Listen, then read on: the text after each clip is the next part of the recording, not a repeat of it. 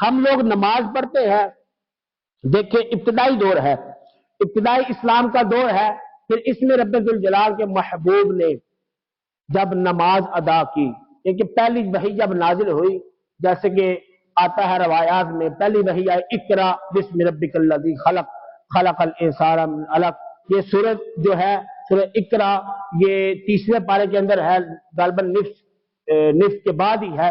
تو اس میں جب یہ 5 آیات نازل ہوئی تو حضرت خدیجہ الکبریٰ کے شوہر سرکار صلی اللہ تعالیٰ علیہ وآلہ وسلم نے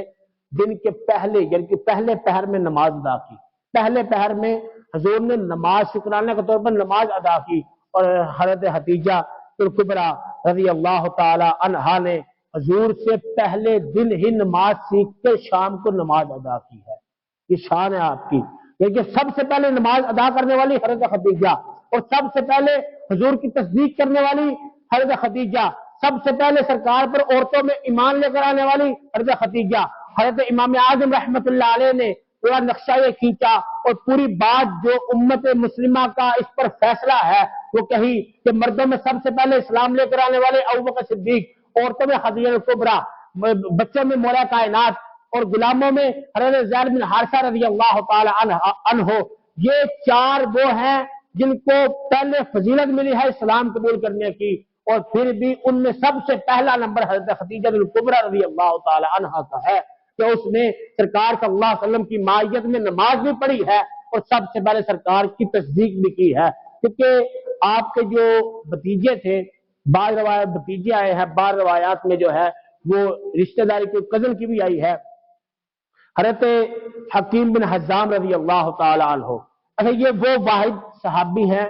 جن کی ولادت خانہ کعبہ میں ہوئی ہے۔ جب مولا کائنات علی المرتضیٰ شیر خدا کا دن آئے گا، میں انشاءاللہ اس حوالے سے بھی آپ کو عرض کرتا جاؤں گا کہ ہمارے اہل سنت کا موقف کیا ہے۔ حضرت حکیم بن حزام رضی اللہ تعالی بھی آپ مولود کعبہ ہی ہیں، اور اہل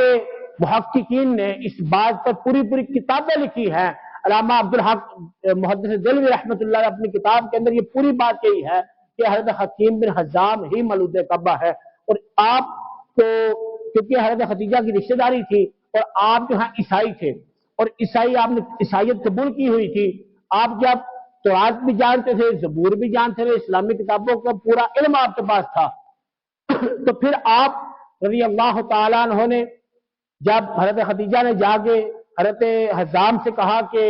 میرے شوہر ہیں، ان کو اوپر یہ علامتیں ظاہر ہوئی ہیں، ان کے اوپر یہ باتیں ہوئی ہیں، وہ کہتے ہیں فلان جگہ میں بیٹھا تھا، میرے پہ فرشتہ آیا، اس کے پر ایسے پورا تذکرہ بتایا جو حالات سرکار نے حضرت خدیجہ کو ارشاد فرمائے تھے، جو سرکار کے الفاظ تھے حضرت خدیجہ نے سارے حضرت حکیم بن حزام کو کہے، تو انہوں نے کہا کہ واللہ یہ وہی شخص ہے جس کے آنے کی تورات اور زبور میں بشارتیں آئی ہیں، اور یہ تمہارا جو شوہر ہے یہ امت کا نبی ہے، اور اس پر نبوت کو ختم کر دیا گیا ہے۔ مزید تحقیقی اصلاحی بیانات سننے کے لیے مولانا حمزہ احمد قادری کے YouTube چینل کو سبسکرائب کریں اور بیل آئیکن کو پریس کریں تاکہ ہر نئی آنے والی ویڈیو سب سے پہلے آپ کو مل سکے۔